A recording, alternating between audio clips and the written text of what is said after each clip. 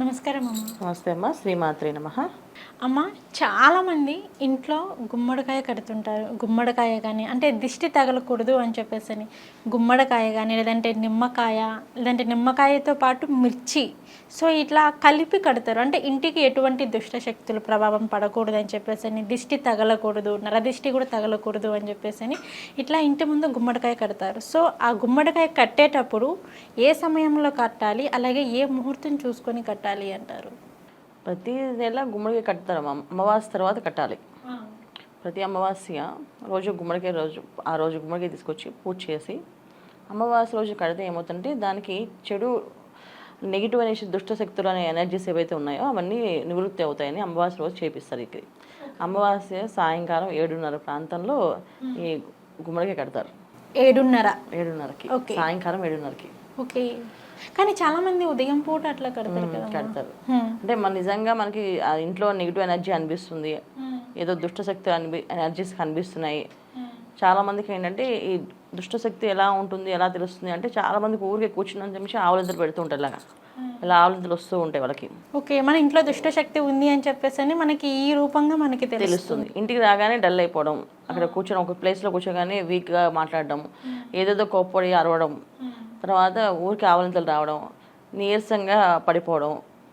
చాలామంది ఏంటంటే ఎంత ఎనర్జీ ఉన్నా అంత బాగా రెడీ అయ్యి తయారయ్యి బయటకు వెళ్దాం టైంలో ఒక ప్లేస్లో కూర్చోగానే వాళ్ళ ఇంట్లో ఒక ప్లేస్లో కూర్చోగానే డల్ అయిపోయి ఫోన్ పక్కన పడేసి అక్కడ నాకు వెళ్ళాలనిపించలేదు, నాకు అంత ఇంట్రెస్ట్ లేదు అని చెప్పేసి అంటాం.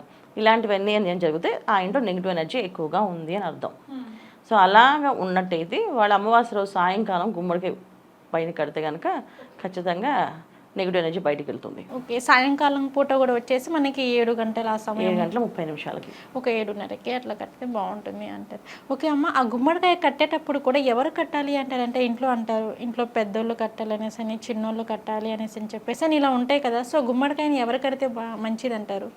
ఇంటి పెద్దనైనా, ఇంటి పెద్దవాళ్ళు ఎవరున్నారో వాళ్ళు. అంటే ఇంటికి పెద్దవాళ్ళు అంటే ఇప్పుడు యజమాని అనుకుందాం, భార్య భర్తలు సింగిల్ ఫ్యామిలీస్ కదా. పూర్వం అయితే ఇంటి పెద్ద అంటే ఒక ఆయన తాతగారు ఉండేవాళ్ళు. ఇవాళ అలా కాదు కదా, ఇంటి యజమాని. సో మగవాళ్ళే కట్టాలి నాన్న, ఆడవాళ్ళు కట్టకూడదు. ఈ గుమ్మడికాయని మగవాళ్ళు కట్టాలి ఎప్పుడు కొన్నా. మగవాళ్ళు కట్టడం వల్ల ఆ ఎనర్జీస్ వీళ్ళకి ఇబ్బంది పెట్టవు. ఆడవాళ్ళు కట్టుకుంటే హార్మోన్స్ ఇన్బ్యాలెన్స్ దగ్గర ఇబ్బంది పడతాం, అంటే ఈ గర్భంలోకి వెళ్ళే అవకాశం. ఎందుకంటే ఇవాళ రోజున ఆడవాళ్ళందరూ ఎలా ఉంటున్నారు అంటే, మళ్ళీ వాళ్ళు నన్ను ఏమో విమర్శించకండి దయచేసి. ఎందుకంటే జుట్టు విరబోసుకొని ఉండకూడదు.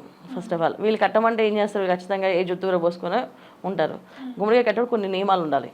ఖచ్చితంగా గట్టిగా ముడి వేసుకొని ఏంటి కాళ్ళకి పసుపు రాసుకొని అండ్ వీళ్ళుగా ఆ పొద్దు నుంచి సాయంత్రం దాకా కొంచెం స్ట్రాంగ్గా ఎవరిని తిట్టకుండా కొట్టకుండా విసుక్కోకుండా హ్యాపీగా ఉంటూ వెళ్ళి కట్టాలి.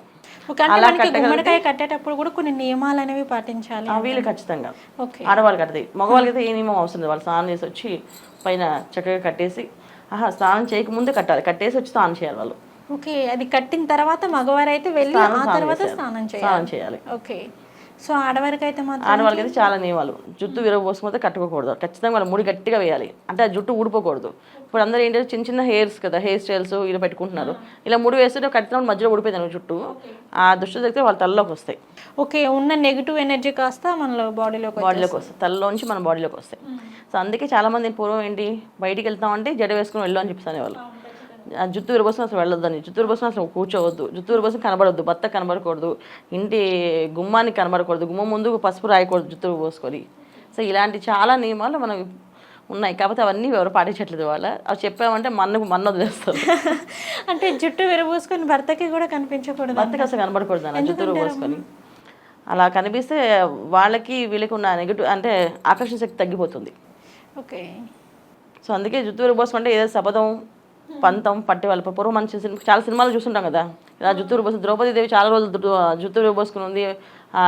ఆ రోజు సభలో ఆవిడని వస్త్రాభరణ లాగినప్పుడు ఆ జుట్టు లాక్కుని వాళ్ళ పట్నం వస్తుంది. వాడు చనిపోయే వరకు నీ జుట్టు ముడి అని చెప్పేసి అవి విరబోసుకుంటుంది కదా. ఇలాంటి విషయాలన్నీ కూడా పాత పురాణ కథల్లో ఉన్నాయి మనకి. అయితే ఏంటంటే దాన్ని పక్కన పెడితే కన్నా అసలు జుట్టు విరబోసుకుని బయటికి వెళ్తే నెగిటివ్స్ అంటే ప్రేతశక్తి, ఇప్పుడు ఏదైతే దైవశక్తి ఉందో మనకి భూలోకంలో ప్రేతశక్తి కూడా ఉంది. అలాగే ఆత్మలు చనిపోయిన వాళ్ళు కూడా తిరుగుతుంటారు, అకాల మరణం చెందిన వాళ్ళు కూడా ఉంటారు. సో భగవంతుడి దగ్గరికి మనం ఎలాగా గోడు పెట్టుకుంటామో అవి కూడా వచ్చి అలాగే గోడు పెట్టుకుంటాయి. మమ్మల్ని మాకు ఏదైనా ముక్తి ప్రసాదించు స్వామి, మమ్మల్ని దారి చూపించు అని చెప్పేసి. ఓకే, సో మనం ఎట్లా భగవంతుని కోరుకుంటామో సో ఆత్మల పిశాచులు కూడా భగవంతుని వేడుకుంటారు. ఖచ్చితంగా వేడుకుంటాయి. మరి ఇప్పుడు మనకి దేవుడు అయితే వాళ్ళకి దేవుడే కదా, అంతే. వాళ్ళకు ఎక్కడ కావాలి? అవునవును, ఖచ్చితంగా కోరుకుంటారు. ఇప్పుడు చాలా మంది చూడండి, టెంపుల్స్కి వెళ్ళినప్పుడు మనం అక్కడ బలిపీఠాలని ఉంటాయి చూస్తారు. ఎప్పుడైనా నైవేద్యం పెట్టిన తర్వాత కొంత ఆహారం బలిపీఠాల మీద కొంచెం కొంచెం పెట్టుకుని వెళ్తారు వాళ్ళు. ఎప్పుడైనా అబ్జర్వ్ చేస్తారు మీరు? చేసాం ఖచ్చితంగా. సో ఆ బలి అన్నం ఎవరికి? పిశాచులు, వీళ్ళకి. సో భగవంతుడి దగ్గరికి వచ్చి మొరబెట్టుకుని ఆకలితో బాధపడుతుంటే కనుక ఆ ప్రసాదం అది తింటే ముక్తి ప్రసాదం అవుతుంది వాళ్ళకి. సో వాళ్ళకి అది ముక్తి ప్రసాదం, మనకి అది బలి ప్రసాదం. సో మనం ముట్టుకుంటే అది మనకి మన ఎనర్జీ అవి లాక్కుంటాయి, అంటే మన పుణ్యాన్ని అవి లాక్కుంటాయి. మన పుణ్యం వాళ్ళు తీసుకొని అవి ముక్తి పొందుతాయి. సో భగవంతుడు ప్రార్థన చేసే వల్ల, భగవంతుడి దగ్గర ఆహారం తీసుకోవడం వల్ల వాళ్ళు ముక్తి ప్రసాదాన్ని వాళ్ళు తీసుకొని వెళ్తారు. సో అందుకే జుట్టు విరబోసం గుళ్ళకి వెళ్ళొద్దని చెప్తారు అసలు.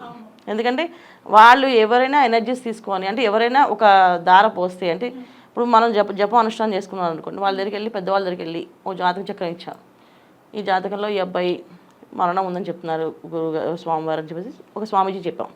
ఆయన బాగా తపస్సు చేస్తున్నారు. ఆయన జాతకం తీసుకొని పట్టుకొని పక్కన పెట్టి ఏవి కాదు అంటే అర్థం ఏంటి, ఆయన జపాన్ని ఆ అబ్బాయికి ఇస్తున్నాడని. సో ఆయన చేసిన అనుష్ఠానాన్ని ఏదైతే పుణ్యఫలం ఉందో ఆ పుణ్యఫలాన్ని అబ్బాయికి పోస్తే మళ్ళీ ఆయుర్దాయం పెరుగుతుంది వాళ్ళకి. సో చాలామంది పెద్ద పెద్ద స్వామీజీల దగ్గరికి వెళ్తే జాతకాలు తీసుకొని పూర్వము, అంటే ఇప్పుడైతే ఎవరు చూపించుకోవట్లేదు కానీ అప్పుడైతే చాలామంది జాతక చక్రం పట్టుకుని వెళ్ళి ఇచ్చేవాళ్ళు స్వామివారికి. సో ఆయన తీసుకొని ఏమి కాదు మీ అబ్బాయికి ఇది చేయమనండి తప్పిపోతుందని చెప్పేసి. సో ఎందుకంటే వీళ్ళ పుణ్యాన్ని వాళ్ళకి కొంచెం దారపోసేవాళ్ళు. అలా వాళ్ళకి అనారోగ్య సమస్య ఉన్నా ఏ ఇబ్బంది ఉన్నా తీరిపోయి వాళ్ళు ఆరోగ్యంగా ఉండేవాళ్ళు. సో ఆ స్వామివారి నోటితో అన్నారు అయిపోయిందంటే, నోటితో అన్నం కాదు, వాళ్ళు జపాన్ని వాళ్ళకి ఇస్తున్నారు అర్థం. సో అందుకే జపం చేసుకునే వాళ్ళు, బాగా అనుష్ఠానం చేసుకునే వాళ్ళు ఎవరితోటి మాట్లాడేవాళ్ళు కాదు, తపస్సు చేసుకుని కామ్గా కొండల్లో చేసేవాళ్ళు. ఎందుకంటే ఇలాగే వెళ్ళి అడిగితే వాళ్ళు తపస్సు దారపోస్తారు. వచ్చిన వాళ్ళని కాదని చెప్పకూడదు, ఇవ్వాలి. సో ఇచ్చినప్పుడు మళ్ళీ వీళ్ళు తపస్సు చేసుకోవాలి, అలా అనమాట. సో ఇలాగ ప్రతి ఒక్క విషయానికి ప్రతి ఒక్క కారణం ఉంటుందన్న, ప్రతి దైవ కారణమే. దీని ప్రతి అర్థాలు తీసుకొని ఏంటి అని అడగకూడదు. ఎందుకు ఏమిటి అని అడుగుతూ ఉంటే ఏమవుతుందంటే ఒక రోజుకి ఓ ఇంత అర్థం ఉందా అని చెప్పి చేయడం మానేస్తారు, అడగడం మానేస్తారు. దానికంటే మెయిల్ ఏంటంటే జడ వేసుకుని వెళ్ళమన్నారు, సో జడ వేసుకుని వెళ్ళాం. చిన్నప్పుడు చాలామంది ఒక 40 years బ్యాక్ అంటే మా చిన్నప్పుడు మేము అందరూ ఏం చేసేవాళ్ళం అంటే పెద్దవాళ్ళు ఇలా వెళ్ళమంటే అలాగే వెళ్ళేవాళ్ళం, ఇలా ఎందుకు వెళ్ళకూడదు అడిగేవాళ్ళం కాదు. ఓకే ఇలా వెళ్ళాలా అంటే అసలు అందరూ అలాగే వెళ్ళిపోవాలి. అలా ఉండడం వల్ల మేమందరూ హ్యాపీగా ఉన్నాం. ఇప్పుడు పిల్లలందరూ ఎందుకు ఏమిటి అడుగుతాం విసుగు వచ్చేసి చెప్పడం మానేస్తున్నారు. దానివల్ల చాలా విషయాలు తెలియట్లేదు చాలా మంది. నిజంగా ఇప్పుడు అలా చేయాలా అంటే ఎందుకు చేయకూడదు, అలా చేస్తే ఏమవుతుంది, ఒక క్వశ్చన్కి 100 ప్రశ్నలు వస్తున్నాయి. సో మన నియమాలు ఇవన్నీ పాటించాలి. అలాగే ఇప్పుడు గుమ్మడికాయ కట్టి మగవాళ్ళే కట్టాలంటే ఎందుకు కట్టకూడదు, ఆడవాళ్ళు ఎందుకు కట్టకూడదు అంటే కట్టాలంటే ఇలా నియమాలు పాటించాలి. చేయగలంటే చేయొచ్చు కానీ నైట్తో కట్టకూడదు. ఏంటి వాళ్ళు చీర కట్టుకునే కట్టాలి, గట్టిగా నడవడానికి ఆ చీర కొంగు గట్టిగా బిగించాలి. ఇలా ఈ చీర ఉందని దాన్ని తీసుకొని గట్టిగా బిగించి ముడి గట్టిగా బిగించి అన్ని వస్త్రాలు బిగించుకొని కట్టాలి వాళ్ళు. సో నైటీతో డ్రెస్సులతోటి అలా కట్టకూడదు. అప్పుడు ఏమి కట్టిన తర్వాత ఈ చీర కొంగు బయటని కట్టిన దిగిన తర్వాత దాన్ని దులపాలి, మళ్ళీ ఇప్పేసి చీర అంటే చీర కాదు కొంగుని ఇట్లా కొంగుని తీసి దులపాలి. గట్టిగా దులిపితే అక్కడ ఉన్న ఎనర్జీస్ నెగిటివ్ ఎనర్జీ అక్కడే పోతుంది గుమ్మంలో. అప్పుడు జడ విప్పి మళ్ళీ దులిపి అప్పుడు లోపలికి వెళ్ళి స్నానం చేయాలి. ఓకే, మనం వేసుకున్న జడ కూడా మళ్ళీ ఇప్పేసి ఇట్లా దులపాలి. ఓకే. సో అందుకే తలస్నానం చేస్తే చాలా మంది దులుపుతారు తలారి, అది దులపదు అని చెప్తా ఉంటారు. ఎందుకంటే అది చెడు కారణం, అది మంచిది కాదు. తల తుడవాలి, తల టప్ప అది దులుపుతుంటారు. అది ఎప్పుడు దులుపుతాం అంటే ప్రేతశక్తి మన ఇంట్లో రాకూడదని గుమ్మం దగ్గరికి వెళ్ళి దులుపుతాం. సో మన తలలో ఉన్నవన్నీ నెగిటివ్ ఎనర్జీ పోతుందని. సో ఇవాళ చాలా మంది చేస్తున్నారు. ఇవన్నీ చెప్పుకుని వచ్చాం అనుకోండి, చాలా ఉంటాయి. ఒకటి చెప్పుకుంటే తెలియదు చాలా మందికి. అంటే తలస్నానం చేసి వచ్చిన వెంటనే తల ఆరాలి అని చెప్పేసి టపా అని కొడతానే. అలా కొట్టకూడదు, అలా కొడితే ప్రేతశక్తిని ఆహ్వానించినట్టు మనం. సో దాన్ని మన ఎనర్జీస్ తీసుకున్నట్టు, మన ఇంట్లోనే వాళ్ళని వదిలేసినట్టు, వాళ్ళు ఇంట్లో ఉంచినట్టు. బయటికి వెళ్ళి దులపాలి అక్షతాలని ఎప్పుడు అది ఇలాంటి ప్రక్రియలు చేసినప్పుడు. సో సాంబ్రాణి ధూపం అని మన తలకి వేసేవాళ్ళు కదా పెద్దవాళ్ళు, తల తుడుచుకొని సాంబ్రాణి ధూపం వేస్తారు. ఎందుకంటే సాంబ్రాణి ధూపం వేయడం వల్ల కురులు బాగుంటాయి. తర్వాత మన తలలో ప్రేతశక్తులు దుష్టశక్తులు ఏమి ఉన్నా సరే పోతాయి. దానికోసం వేసేవాళ్ళు సాంబ్రాణి ధూపం. అవన్నీ మానేసి హెయిర్ డ్రైర్ వస్తుంది. అవునవును, మనం అలా మార్చడం వల్ల జీవితం అలా మారిపోతుంది. అంతే. ఓకే. ఓకే అమ్మ, గుమ్మడికాయ మగవారే కట్టాలి అనేసి చెప్పారు. కానీ గుమ్మడికాయ కట్టిన తర్వాత కూడా మీరు చెప్పారు ఇందాక అమావాస్య తర్వాత కడతారు అని చెప్పేసరి. సో అలా కాకుండా అమావాస్య తర్వాత కాకుండా, అమావాస్యకు కాకుండా మధ్యలో ఎప్పుడైనా కట్టాలి అనుకుంటే ఎప్పుడు కట్టాలి అంటారు? గుమ్మడికాయ చాలా రోజులు నిలవ ఉంటుంది అన్న, ఏమవ్వదు. అంటే నెగిటివ్ ఎనర్జీస్ లేకపోతే గుమ్మడికి ఏం పాడవదు. అంటే కరెక్టే, కానీ కొంతమంది నెగిటివ్ ఎనర్జీస్ గుమ్మడికాయ కుళ్ళిపోయి, అది నేను చెప్పిన క్వశ్చన్ నేను వస్తా. ఆ గుమ్మడికాయ కుళ్ళిపోయింది, పాడిపోతుంది, వెంటనే తీసి మార్చేసి సాయంత్రం కట్టాలి. అవును, సాయంత్రం కట్టేసుకోవచ్చు. సో మీరు ఇందాక ఆ రోజు అమావాస్య వరకు వెయిట్ చేయట్లేదు, సాయంత్రం 7:30కి మగవాళ్ళు కట్టేయచ్చు. గుమ్మడికాయ కుళ్ళింది అంటే వెంటనే తీసి కట్టేయచ్చు. ఎండిపోయింది అనుకోండి, సో అది అమావాస్య రోజు తీయచ్చు. ఎండిపోతే దోషం లేదు, కుళ్ళిందంటే దోషం ఉందండి ఆ ఇంట్లో. ఆ ఇంట్లో బాగా చెడు దృష్టి, అంటే ఏంటంటే బాగా దిష్టి, విపరీతం దిష్టి ఆ ఇంట్లో వాళ్ళ మీద ఉంది, నరదిష్టి ఎక్కువగా ఉంది. దానివల్ల గుమ్మడికాయ కుళ్ళిపోతుంది. కట్టగానే చాలా మందికి గుమ్మడికాయ పగిలిపోవడం, కుళ్ళిపోవడం, కారుతూ ఉంటుంది వాటర్ అంత కిందకి, అప్పుడు వెంటనే తీసేయాలి. ఓకే. ఆ గుమ్మడికాయ కూడా ఎవరు తీసేయాలమ్మా? అంటే కట్టిన వ్యక్తే తీయాలా, లేదంటే ఇంకెవరైనా తీయొచ్చా? మగవాళ్ళు చేయాలన్నా. అదే మగవాళ్ళలోనే, అంటే ఇప్పుడు ఇంటి పెద్ద అని చెప్పారు మీరు, సో ఇంటి పెద్ద గుమ్మడికాయని కడతారు. ఇన్ కేస్ ఇంటి పెద్ద లేని సమయంలోని ఇంట్లో పిల్లలు కడతారు, అంటే చిన్నోడు కానీ పెద్దోడు కానీ ఇట్లా ఇద్దరు అబ్బాయిలే ఉంటారు. సో అలాంటి వ్యక్తులు ఉన్న సమయంలో అబ్బాయి ఎవరైనా, ఆడవాళ్ళకి నియమాలు ఉంటాయి, మగవాళ్ళు చక్కగా కట్టేసి వాళ్ళు స్నానం చేసేవి.